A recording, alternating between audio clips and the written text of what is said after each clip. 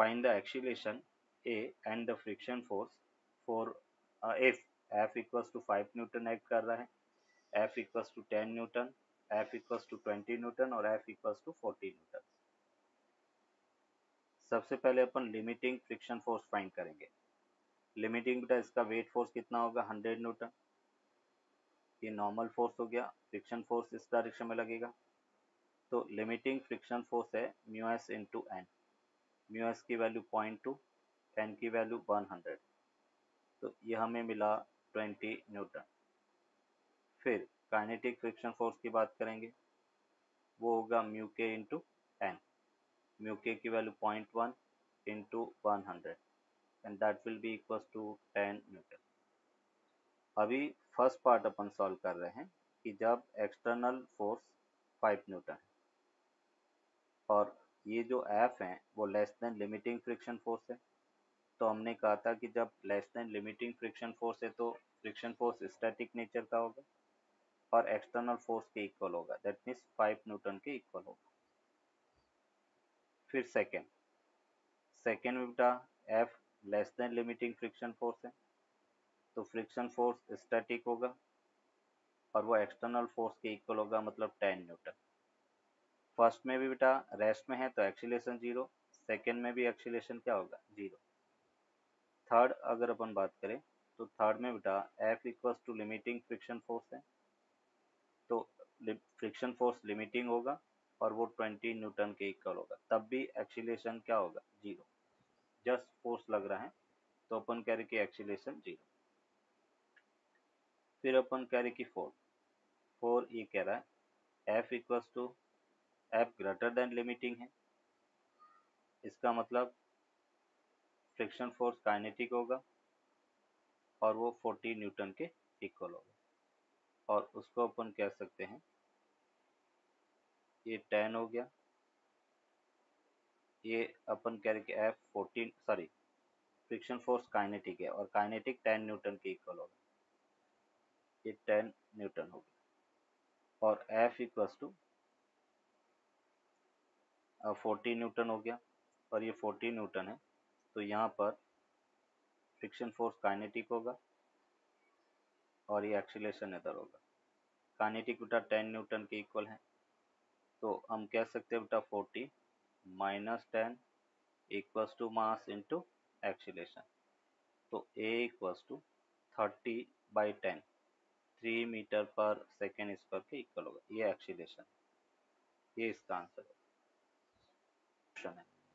What is the maximum value of the force F such that the block shown in the arrangement does not move?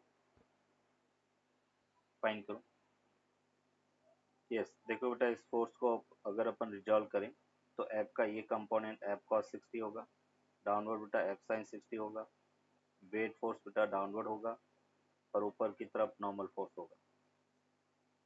तो यहाँ पर ये हो गया F cos 60, downward बेटा F sin 60, normal force N हो गया और ये √3g के इक्वल हो गया। फ्रिक्शन फोर्स की बात करें तो फ्रिक्शन फोर्स बेटा इस डायरेक्शन में लगेगा, इसको मोशन स्टार्ट करना है एफ मैक्सिमम, मतलब ये लिमिटिंग फ्रिक्शन फोर्स लगेगा। तो अभी बेटा अपन कह रहे हैं कि इसका एफबीडी अपन ड्रॉ किया है, उसके अकॉर्डिंग बेटा देखे तो नॉर्मल फोर्स की वैल्यू क्या मिल रहा है, नॉर्मल मिलेगा बेटा √3g, मतलब 10√3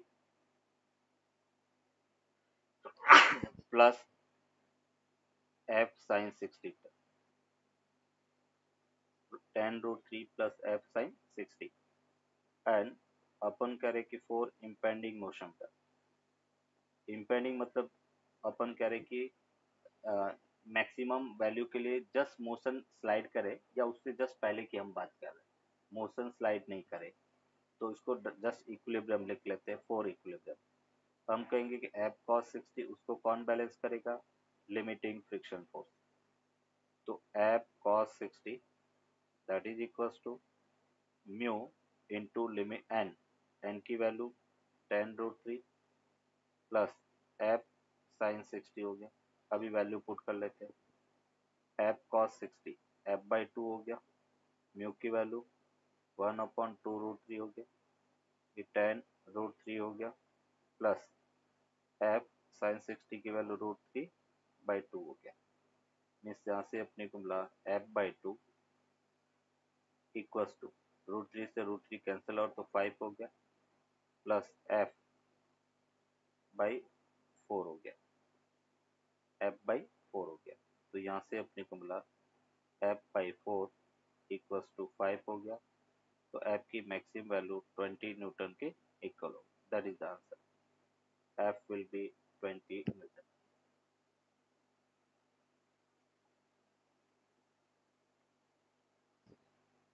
करें, find the minimum mass of C that may be placed on A to prevent it from moving। Question clear है?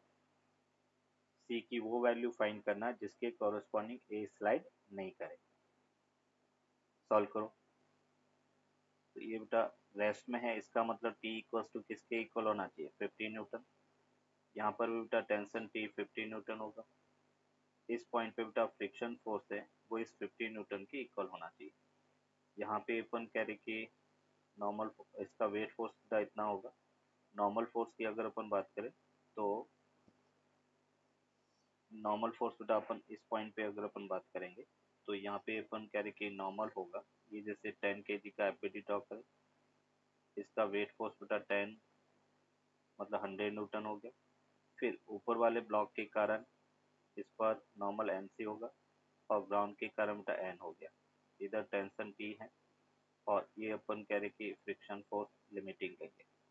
टी की वैल्यू कितना बेटा 50 न्यूटन और एन सी वो किसके इक्वल होगा? Mass of the block C into g के equal. तो एन की वैल्यू अपने को मिला 100 प्लस एम सी इंटू जी। और यहाँ से अपन कह रहे हैं कि जो टी है वो 50 न्यूटन है और वो इक्विलिब्रियम अपन चाहते हैं। तो इक्विलिब्रियम की क्या कंडीशन होगी बेटा? तो मैं ये कह सकता हूँ limiting friction force that must be equals to 50 newton. Limiting friction force को अपन कह सकते हैं 0.2 इंटू बेटा एन हो गया, दैट इज 50। और यहाँ से अपने को मिला 0.2 that will be equals to 100 plus 10 M C equals to 50 के इक्वल होगा। जीरो से जीरो जीरो कैंसिल आउट हो गया। मीन्स ये बेटा अपने को मिला 2 plus M C equals to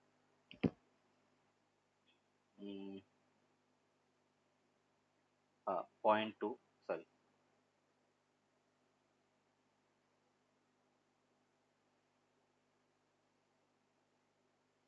इस पे बेटा अपन लिख सकते हैं 2 plus 0.2 M C equals to बेटा 5 हो गया।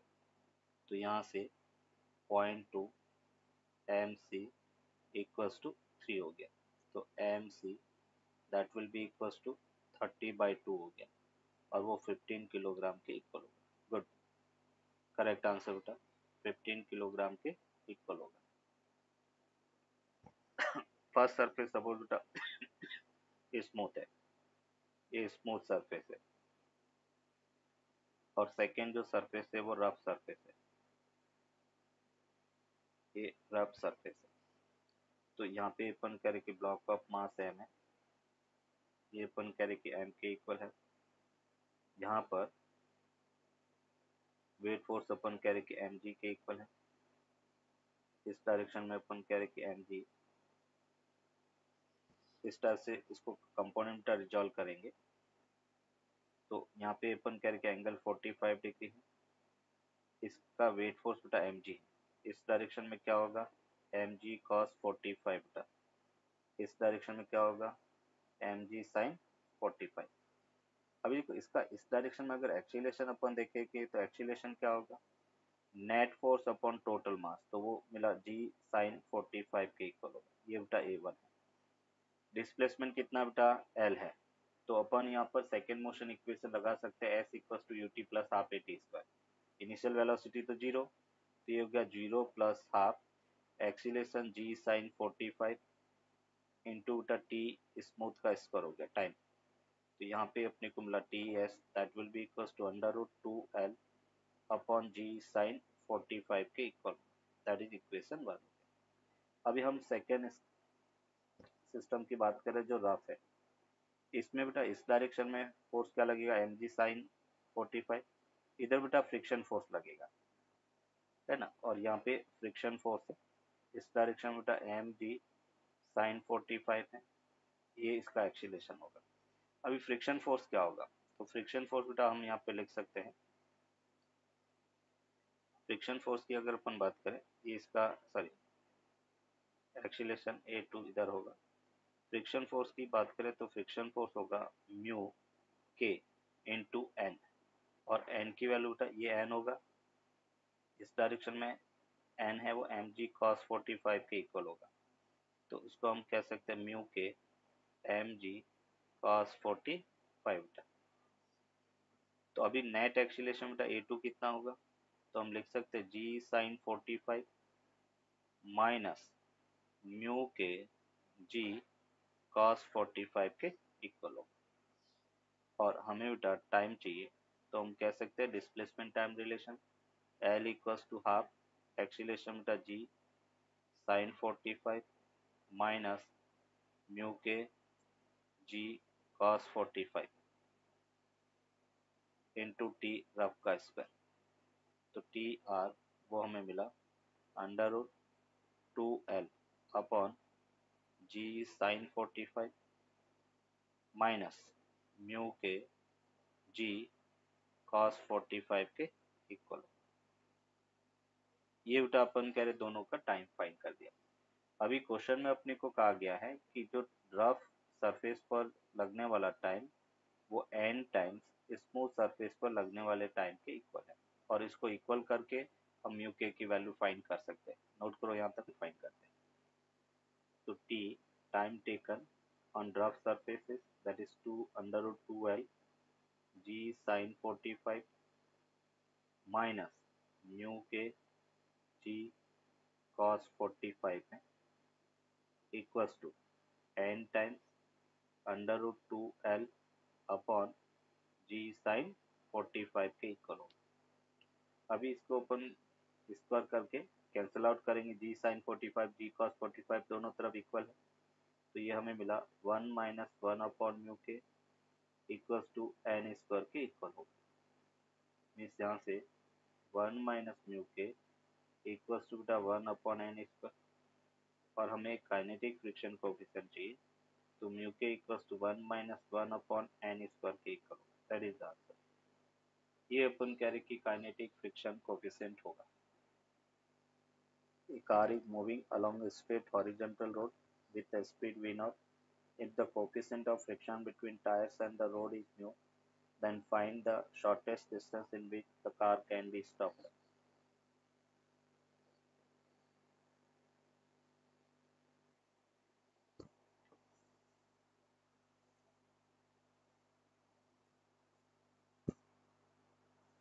क्लियर है बेटा? ये यस सर। नोट कर दिया? Yes sir.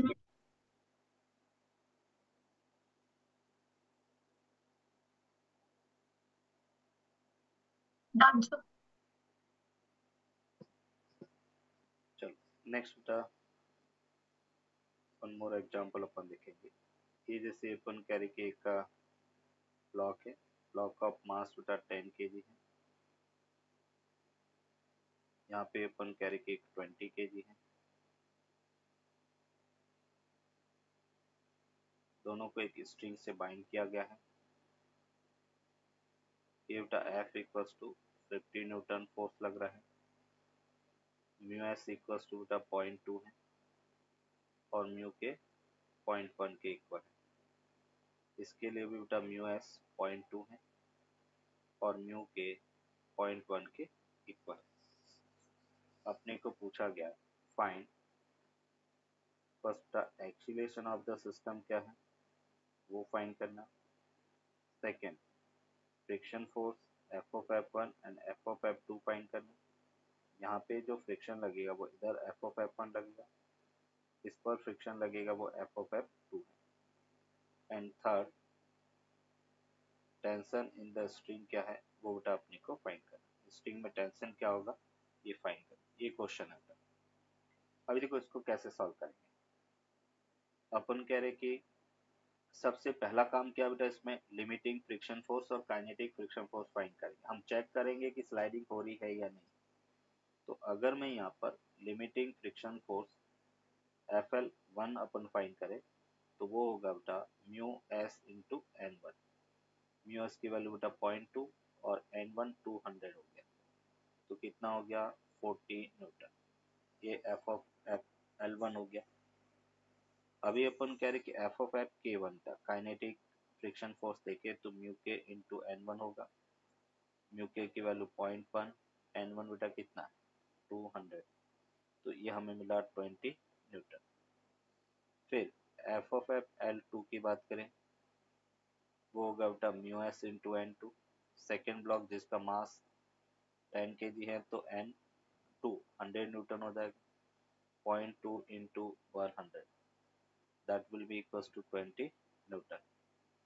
और एफ ऑफ एफ K2 की बात करें तो वो होगा 0.1 into 100 and that is equals to 10 newton. अभी मोशन कर रहा है या नहीं वो चेक करने के लिए क्या करेंगे, हम कहेंगे कि जो एक्सटर्नल फोर्स है वो बेटा लिमिटिंग को पहले ओवरकम करना चाहिए। अगर लिमिटिंग से ज़्यादा है, दोनों ब्लॉक पे लगने वाला लिमिटिंग से ज़्यादा तो मोशन करेगा, अदरवाइज नहीं। यहाँ पे बेटा अपन कह रहे जो एक्सटर्नल फोर्स 15 न्यूटन है और लिमिटिंग फ्रिक्शन फोर्स बेटा 60 न्यूटन आ गया। ये हो गया 40 + 20 60, उससे कम है, तो इसका मतलब नो स्लाइडिंग। स्लाइडिंग बेटा यहाँ पे नहीं होगी। और जब स्लाइडिंग नहीं है तो एक्सीलरेशन क्या हो गया बेटा जीरो। एक्सीलरेशन दोनों ब्लॉक का जीरो होगा। फिर सेकेंड बेटा अपने को फ्रिक्शन फोर्स फाइंड करना, तो अभी अपन क्या करेंगे इक्विलिब्रियम की कंडीशन देखते हैं कि ये जैसे बेटा 20 kg है, 20 kg के स्लाइड होने की टेंडेंसी इधर है क्योंकि 50 न्यूटन फोर्स लग रहा है। ये 50 न्यूटन पहले फ्रिक्शन फोर्स को ओवरकम करेगा और फ्रिक्शन फोर्स की वैल्यू कितना बेटा 40 न्यूटन। उसके बाद में बचा हुआ टेंशन T के इक्वल होगा। तो यहाँ पे अपने को मिला T + 40 इक्वल्स टू बेटा 50 हो गया। तो टेंशन इन द स्ट्रिंग बेटा 10 न्यूटन के इक्वल होगा। ये एक आंसर आ गया। एक्सीलरेशन जीरो, टेंशन बेटा 10 Newton, friction force F of F1 वो 14 न्यूटन के इक्वल होगा। अभी अपन कह रहे हैं कि मुझे friction force on 10 kg find करना बेटा। तो 10 kg की एफबीडी ड्रॉ करते हैं। यहाँ पे बेटा टेंशन T जो ऑलरेडी फाइंड कर चुके कितना 10 न्यूटन है, और उस 10 न्यूटन किसके इक्वल होगा बेटा फ्रिक्शन फोर्स के इक्वल होगा एफ ऑफ F2 क्योंकि रेस्ट में है, तो ये स्लाइड नहीं करेगा। तो यहाँ पे अपन कह रहे कि जो फ्रिक्शन फोर्स है वो बेटा 10 न्यूटन के इक्वल होगा। F of F2 10 Newton, F of F1 40 Newton, T 10 Newton और एक्सीलरेशन जीरो होगा।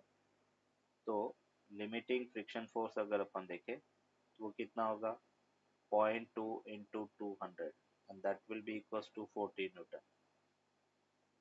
फिर एफ ऑफ एफ K1 की बात करें तो 0.1 इंटू 200 वो कितना हुआ 20 न्यूटन। फिर एफ ऑफ L2 की बात करें 0.2 इंटू 100 और वो कितना हुआ 20 Newton. F of F K2 की बात करें 0.1 इंटू 100 और वो कितना हुआ 10 न्यूटन। अभी देखो इसमें बेटा अपन देखेंगे कि जो एक्सटर्नल फोर्स 100 न्यूटन है is greater than F of L1 plus F of L2 जो 60 न्यूटन है उससे ग्रेटर है। इसका मतलब sliding will occur, sliding will occurs. और स्लाइडिंग हो रही है इसका मतलब मोशन है, और मोशन कर रहा है तो उसका काइनेटिक फ्रिक्शन फोर्स काइनेटिक हो जाएगा। तो बेटा एफ ऑफ F1 के वो मतलब एफ ऑफ F1 है वो काइनेटिक के इक्वल हो जाएगा। तो फर्स्ट पे फ्रिक्शन फोर्स बेटा 20 लगेगा, फिर सेकेंड भी काइनेटिक हो जाएगा जो 10 न्यूटन के इक्वल।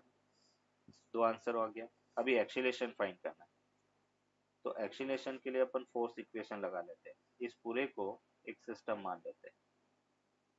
तो अगर मैं इसको सिस्टम मानता हूँ तो यहाँ पे अपन कहेंगे नेट पुलिंग फोर्स, वो अपने को मिला 100 माइनस फ्रिक्शन फोर्स बेटा 20 प्लस 10 काइनेटिक होगा equals to mass into acceleration हो गया। 100 माइनस 30 कितना हो गया बेटा 70 equals to 330 into A equals to 7/3 metre पर सेकेंड स्क्वायर के इक्वल होगा। इसका एक्सीलरेशन, तो एक फ्रिक्शन फोर्स अपने को 20 मिला था, सेकेंड पर 10 मिला, एक्सीलरेशन 7/3। अभी टेंशन फाइंड करना। यहाँ पे स्ट्रिंग में बेटा टेंशन टी है, तो अपन 10 kg ब्लॉक की एफबीडी ड्रॉ करते हैं। जिसके साथ में टी है उसकी एफबीडी ड्रॉ करेंगे। 10 kg हो गया, यहाँ पे बेटा टेंशन टी हो गया, इसका एक्सीलरेशन ऑलरेडी अपन फाइंड कर चुके हैं 7/3 हो गया। फ्रिक्शन फोर्स काइनेटिक है और वो 10 न्यूटन के इक्वल है। मोशन इक्वेशन का T minus 10 equals to mass into acceleration, तो टी इक्वल्स टू हमें मिला 30 प्लस 70 divide by 3 and that will be equals to 100/3 newton के इक्वल। टी की वैल्यू 100/3 न्यूटन के equal. If at any moment the acceleration of A is 12 metre पर second square, then find the acceleration of B। B का acceleration क्या है वो अपने को फाइंड करना। फाइंड करो। और जब हम 20 kg की एफबीडी ड्रॉ करेंगे, ये 20 kg है, इसमें अपन कह रहे कि एफबीडी में हमें मिलता है 200 न्यूटन। ये अपन कह रहे कि friction force F of F और ये के एक्स हो गया। ये बेटा ए बी एक्सीलरेशन। के एक्स ऑलरेडी फाइंड कर चुके हैं 130। एफ ऑफ एफ वन बेटा कितना है 20 न्यूटन। तो अभी अपन कह रहे force equation 200 minus 130 plus 20 equals to बेटा मास इंटू एक्सीलरेशन। तो A B that will be equals to 200 minus 150 बेटा 50 upon 20 and that will be equals to 2.5 metre पर सेकेंड। ये बेटा इसका आंसर आएगा। पता चला कहाँ पे मिस्टेक की है? सर मैंने सिर्फ फ्रिक्शन लिया के एक्स, सॉरी मैंने के एक्स सिर्फ लिया, फ्रिक्शन नहीं ऐड किया था सेकेंड वाले में। तो मुझे 200 माइनस 130 मिला instead of 200 minus 150। Okay okay, चलो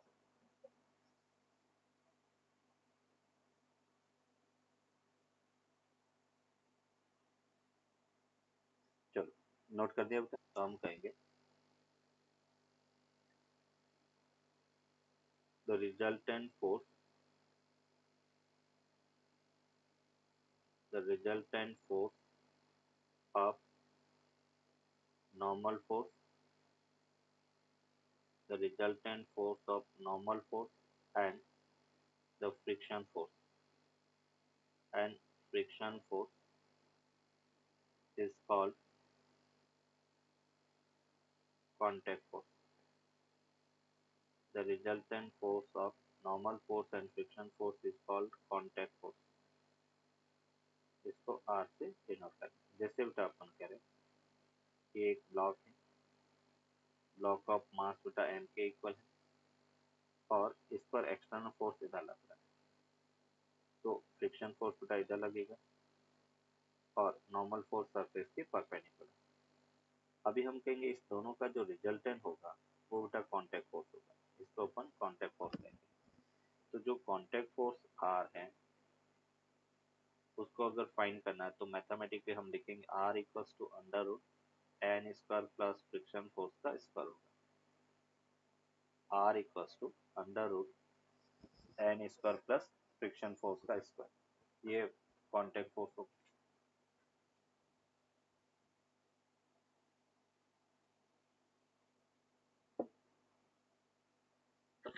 सॉरी, अभी यहाँ पे बेटा एक टर्म अपन डिफाइन करेंगे, that is friction angle. Friction angle,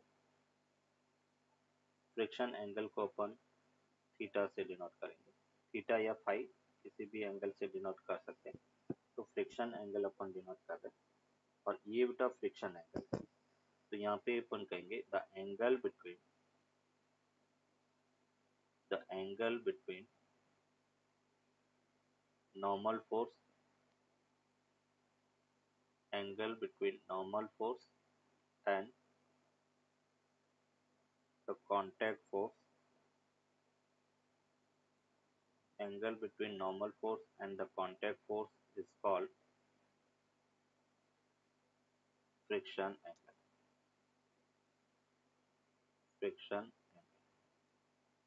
angle between normal force and the friction force is called friction angle. और यहाँ पे अगर उल्टा tan थीटा फाइंड करना तो वो क्या होगा, perpendicular upon base friction force by N के इक्वल होगा। और थीटा को सिंपली अपन लिख सकते हैं tan inverse friction force by normal force के इक्वल। ये बेटा थीटा की value, theta equals to tan inverse friction force by normal force के इक्वल हो। नोट कर दिया बेटा? ऐसा चलो अभी को इससे रिलेटेड एक छोटा सा एग्जांपल अपन देखते हैं। जैसे अपन कह रहे कि एक ब्लॉक है,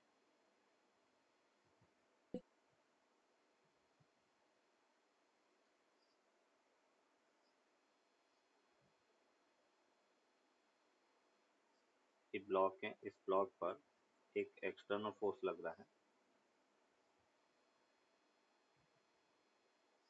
45 डिग्री पर 20√2 newton. Friction coefficient mu equals to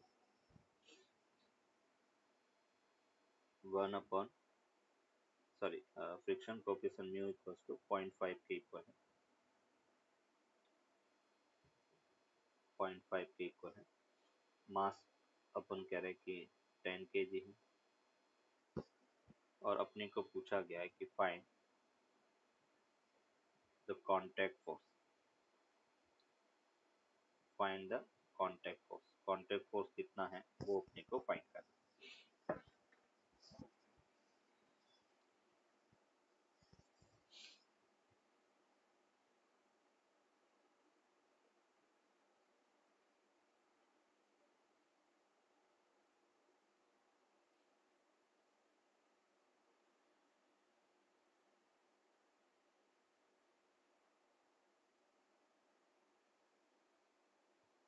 मास इसका 6 kg ले लो, ये मास 6 kg के इक्वल।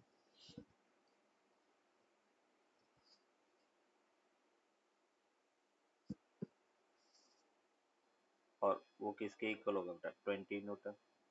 यहाँ पे 20√2 साइन 45 था, ये भी किसके इक्वल होगा, 20 न्यूटन। यहाँ पे अपन कह रहे कि नॉर्मल फोर्स एन हो गया, ये अपन कह रहे कि 60 न्यूटन हो गया, और ये फ्रिक्शन फोर्स के इक्वल होगा। अभी अपन कह रहे हैं कि अगर कांटेक्ट फोर्स की बात करें तो कांटेक्ट फोर्स बेटा इधर लगेगा। अभी सबसे पहले अपन देखेंगे कि फ्रिक्शन फोर्स कितना है। तो अगर मैं इसका लिमिटिंग फ्रिक्शन फोर्स की बात करता हूँ तो लिमिटिंग फ्रिक्शन फोर्स होता है म्यू इंटू एन। म्यू की वैल्यू 0.4 और एन बेटा कितना हो गया, 60 माइनस 20 दैट इज 40। ये कितना हो गया, 20 न्यूटन के इक्वल। और एक्सटर्नल फोर्स बेटा कितना है, वो भी 20 न्यूटन है। तो अभी अपन कह रहे हैं कि इसमें फ्रिक्शन फोर्स जो है वो लिमिटिंग के बराबर होगा, 20 न्यूटन हो गया। नॉर्मल फोर्स बेटा किसके इक्वल है, 40 न्यूटन के इक्वल मिला। और हमें कांटेक्ट फोर्स चाहिए, तो कांटेक्ट फोर्स का अभी हमने फॉर्मूला देखा, क्या होता है N square plus friction force का होल स्क्वायर।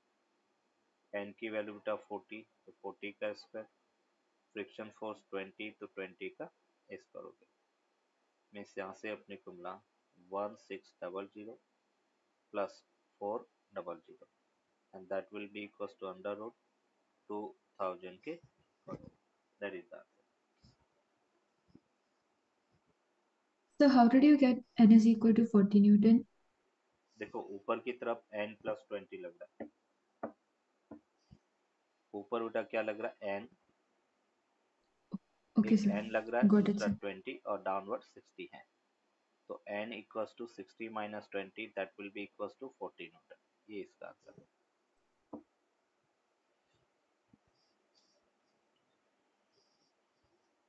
फोर्स है, वेट फोर्स बेटा कहाँ पे लगेगा, downward, m into g, normal force upper n हो गया, इसका भी weight force mg, normal force upper हो गया, एफ का ये कंपोनेंट एफ कॉस थीटा और ये एफ साइन थीटा के इक्वल होगा। अगर फर्स्ट केस में बेटा नॉर्मल फाइंड करें तो नॉर्मल क्या होगा, नॉर्मल होगा एम जी प्लस एफ साइन थीटा, दोनों डाउनवर्ड डायरेक्शन है, तो एन इक्वल्स टू हमें मिला एम जी प्लस एफ साइन थीटा।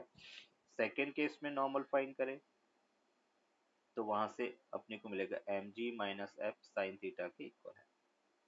अभी हम चाहते हैं कि मोशन जस्ट स्टार्ट हो, इम्पेंडिंग मोशन, तो हम कह सकते हैं कि for impending motion block will just start the motion, उसकी क्या कंडीशन होगी कि external force at least limiting friction force के इक्वल होना चाहिए, तो ये हम कहेंगे F cos theta equals to limiting friction force, means F cos theta equals to mu S into N, N की वैल्यू एम जी प्लस एफ साइन थीटा, और यहाँ पे एफ अपने को फाइंड करना, तो हम लिख सकते हैं cos theta minus mu S sine theta equals to mu S into M G, और एफ जो पुशिंग फोर्स के इक्वल है वो हमें मिला mu S M G upon cos theta minus mu S sine theta के इक्वल हो। ये बेटा अपन कह रहे कि पुशिंग फोर्स है, ऑब्जेक्ट को जस्ट स्लाइड करने के लिए इतने फोर्स की रिक्वायरमेंट होगी। दूसरा अपन पुलिंग फोर्स की बात करें तो इसमें बेटा क्या होगा एफ कॉस थीटा, इसमें भी सेम लिमिटिंग फ्रिक्शन फोर्स, तो एफ कॉस थीटा लिमिटिंग को अपने लिखा म्यू एस एन, एन की वैल्यू यहाँ पे चेंज है M G minus F sine theta होगा, तो F cos theta plus mu S sine theta equals to mu S into M G के इक्वल होगा, और हमें बेटा एफ यहाँ पे फाइंड करना है, तो ये हमें मिला mu S M g, F pull हो गया mu S M G upon cos theta plus mu S sine theta के इक्वल होगा। यस, इसमें बताओ बेटा पुलिंग फोर्स ज़्यादा है या पुशिंग फोर्स, दोनों फोर्स को अगर कंपेयर करेंगे तो कौन सा फोर्स ग्रेटर होगा, कम से कम फोर्स कितना हो ताकि ये पुल हो, और उसके लिए किस एंगल पर इसको फोर्स को अप्लाई करें ताकि कम से कम अपन कह रहे कि फोर्स अपने को अप्लाई करना पड़े। फ्रिक्शन कोफिशिएंट का म्यू एस से स्टैटिक फ्रिक्शन कोफिशिएंट, तो देखो यहाँ पे अभी हमने पुलिंग फोर्स देखा, एफ पुल का क्या फॉर्मूला मिला mu S M G upon cos theta plus बेटा म्यू एस साइन थीटा के इक्वल। मुझे इसको मिनिमम करना है, इसको मिनिमम करने के लिए इसके डिनोमिनेटर को मैक्सिमम करना पड़ेगा तभी जाके पॉसिबल है। एफ पुल को मिनिमम करना है, मिनिमम कब होगा जब डिनोमिनेटर मैक्सिमम होगा, और डिनोमिनेटर मैक्सिमम तो हम ये मान लेते हैं कि let y equals to cos theta plus mu S sine theta है, इसको बेटा मैक्सिमम करना है तो क्या करेंगे, बोलो y equals to cos theta plus mu S sine theta, उसकी मैक्सिमम वैल्यू किसके इक्वल होगी,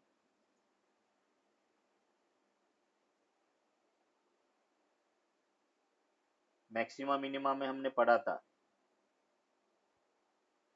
y equals to a sine theta plus b, root cos square, no root no cos square. No no no no, y equals to a sine theta plus b cos theta है तो उसकी maximum value under root a square plus b square होती है, इसकी जो maximum value है Y max वो होगा अंडर रूट 1 + μs का स्क्वायर रूट, ये इसकी मैक्सिमम वैल्यू। अभी इसको आया कहाँ से, तो अपन यूजिंग मैक्सिमम मिनिमम होता है dy बाई डी थीटा अपन फाइंड करेंगे और उसको 0 के इक्वल रखते हैं। तो कॉस थीटा का डिफरेंशिएशन था minus sine theta plus mu S sine theta cos theta equals to 0। तो यहाँ से बेटा अपने को मिलता है tan theta equals to mu s, theta equals to किसके इक्वल होता, टेन इनवर्स म्यू एस। तो ये एंगल मिल गया, और ये एंगल कौन सा बेटा, friction angle.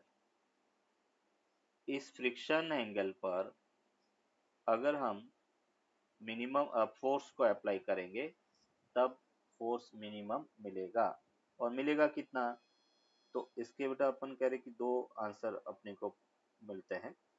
First in terms of mu F pull minimum की बात करें, फ्रिक्शन कोफिशिएंट के टर्म्स में बेटा ये होगा mu S M G upon under root 1 + μs square के इक्वल।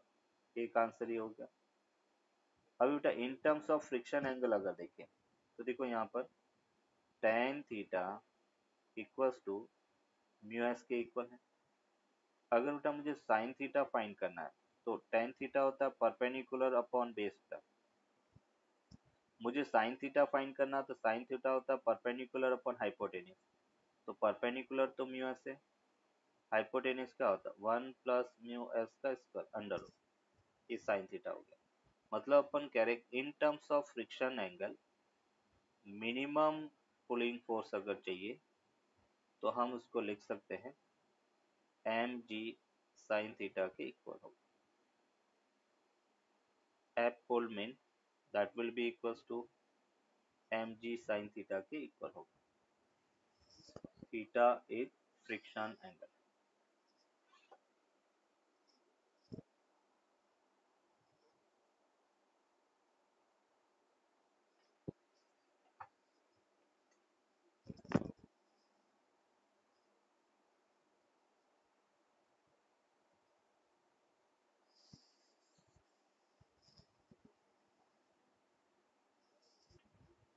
ये अपने पास the block should be pulled at an angle theta, the magnitude of the force F is equal to, find करो। जो अभी अपने कॉन्सेप्ट देखा उसी से रिलेटेड है। अभी हमने कहा था block should be pulled at theta equals to tan inverse mu s बेटा, म्यू एस की वैल्यू कितना 0.75, तो tan इनवर्स 0.75 3/4 तो कितना होगा 37 डिग्री। फिर हमने कहा था magnitude of the force F, और वो किसके इक्वल है एम जी साइन 37 हो गया, क्योंकि फ्रिक्शन एंगल मिल गया है। एम की वैल्यू 10, जी की वैल्यू 10, साइन 37 का कितना 3/5 हो गया, तो कितना हो गया 16 न्यूटन। ये इसका आंसर आ गया। एकदम simple question, formula based question था बेटा।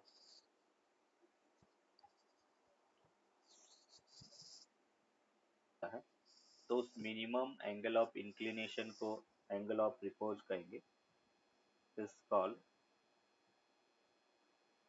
Angle of repose,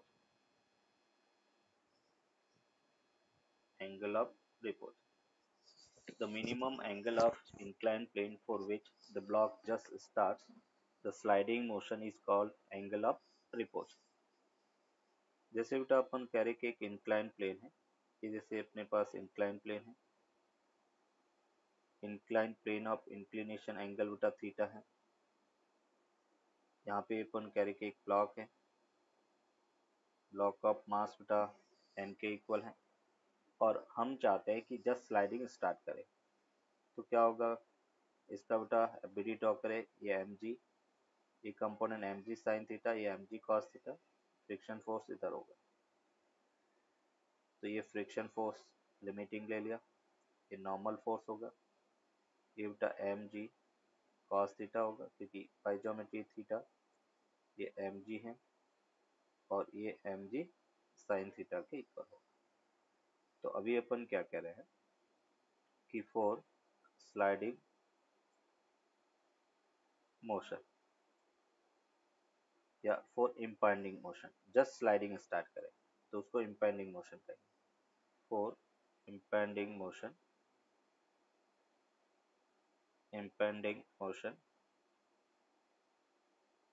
mg sin theta equals to limiting friction force means mg sin theta और लिमिटिंग फ्रिक्शन फोर्स को अपन क्या लिख सकते हैं mu S M g cos theta बटा mu S M g cos theta के इक्वल होगा। एक मिनट में चार्जर लेके आता हूँ थोड़ा चार्ज हो गया।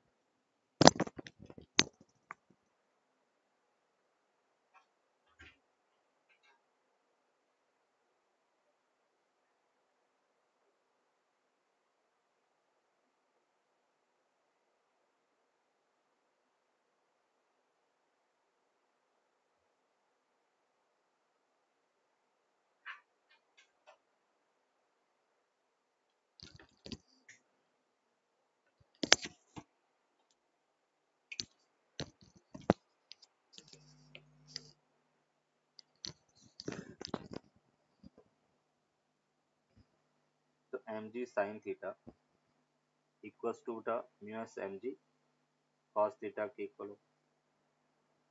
एम जी से एम जी कैंसिल आउट हो गया मीन्स यहाँ से अपने को मिला टेन थीटा इक्वल्स टू बटा mu s means angle of repose theta equals to हमें मिला टेन इनवर्स म्यू एस।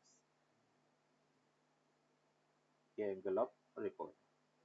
अब इसमें बेटा कुछ केस स्टडी अपन करेंगे। Case one if tan theta वो लेस देन म्यू एस है उस केस में अपन कह रहे नो स्लाइडिंग ब्लॉक है वो इक्विलिब्रियम में रेस्ट में रहेगा।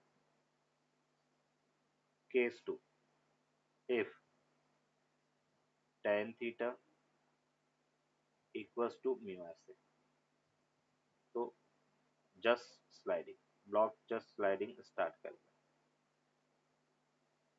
एंड केस थ्री में अपन कह रहे if tan theta greater than mu s है उस केस में अपन कहेंगे ब्लॉक है वो स्लाइडिंग करेगा कंटिन्यू स्लाइडिंग मोशन करेगा। ये एंगल ऑफ रिपोज कॉन्सेप्ट से बहुत सारी प्रॉब्लम अपने लिए इजी हो जाती है। tan theta greater than mu S मतलब ब्लॉक जस्ट स्लाइडिंग करेगा। Find the tension in the string.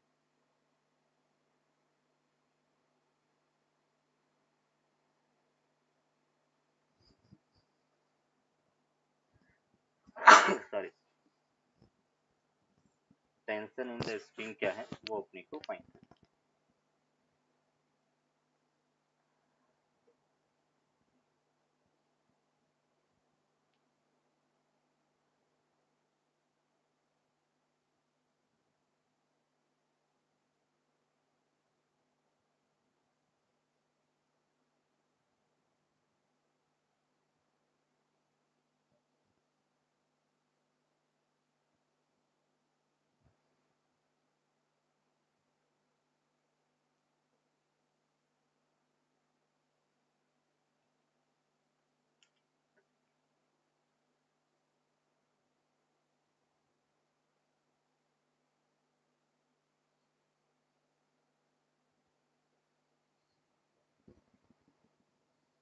देखो बेटा इसको कैसे सॉल्व करेंगे।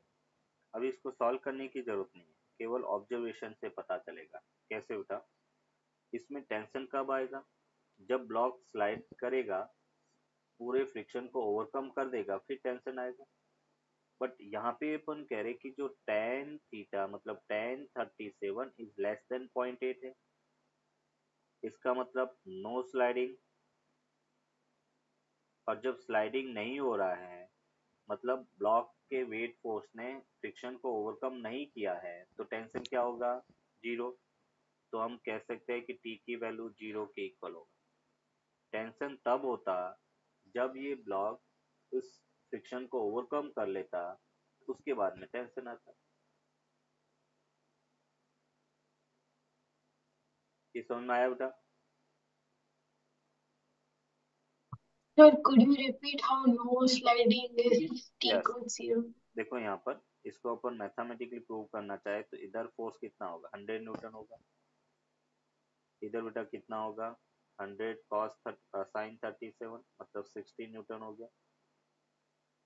ये बेटा कितना होगा, 100 cos 37 80 न्यूटन हो गया।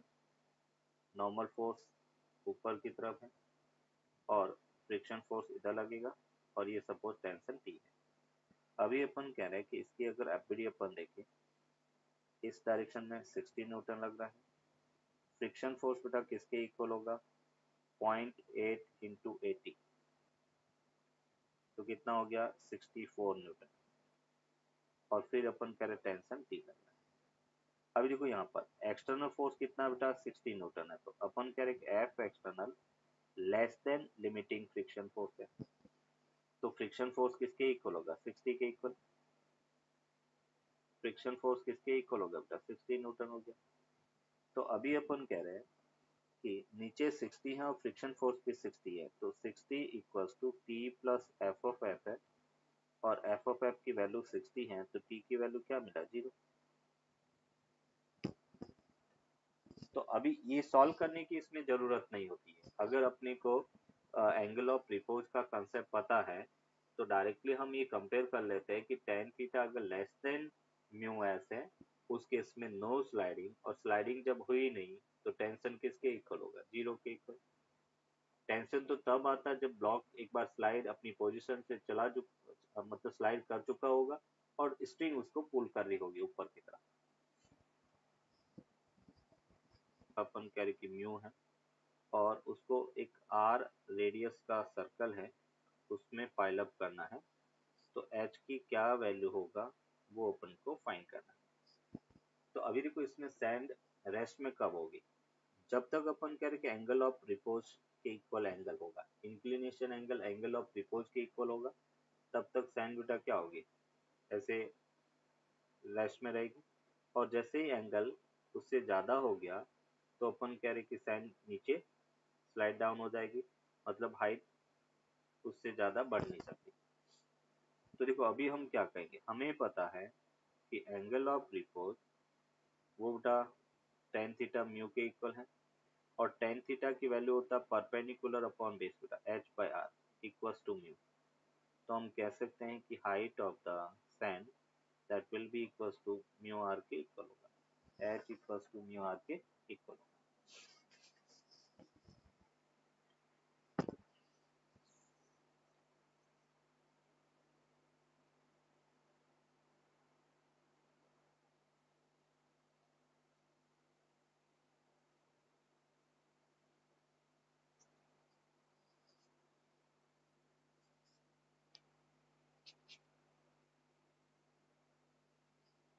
नोट कर दिया बेटा। चलो तो अभी फ्रिक्शन ऑलमोस्ट अपना कंप्लीट हो गया है, केवल अभी 2 ब्लॉक प्रॉब्लम्स बची हुई हैं, 2 ब्लॉक 3 ब्लॉक। ब्लॉक के ऊपर ब्लॉक अगर रखा गया है तो उसको कैसे डील करेंगे, केवल एक छोटा सा ये कॉन्सेप्ट बचा है। उसके बाद में अपन सर्कुलर मोशन देखेंगे, है ना। Circular motion, kinematics of circular motion मैंने करवाया था क्या, नो सर। ओके। तो सर्कुलर मोशन अपन पहले काइनेमेटिक्स ऑफ सर्कुलर मोशन, फिर अपन करें हॉरिजॉन्टल सर्कुलर मोशन, और वर्टिकल सर्कुलर मोशन अपन वर्क एनर्जी पावर के साथ में देखेंगे, क्योंकि उसके अंदर एनर्जी कंजर्वेशन लॉ यूज होता है, तो वो वर्क एनर्जी पावर के साथ में देखेंगे। तो नेक्स्ट क्लास में अपन कह रहे कि आई थिंक सर्कुलर मोशन काफी कुछ हो जाएगा। Okay sir.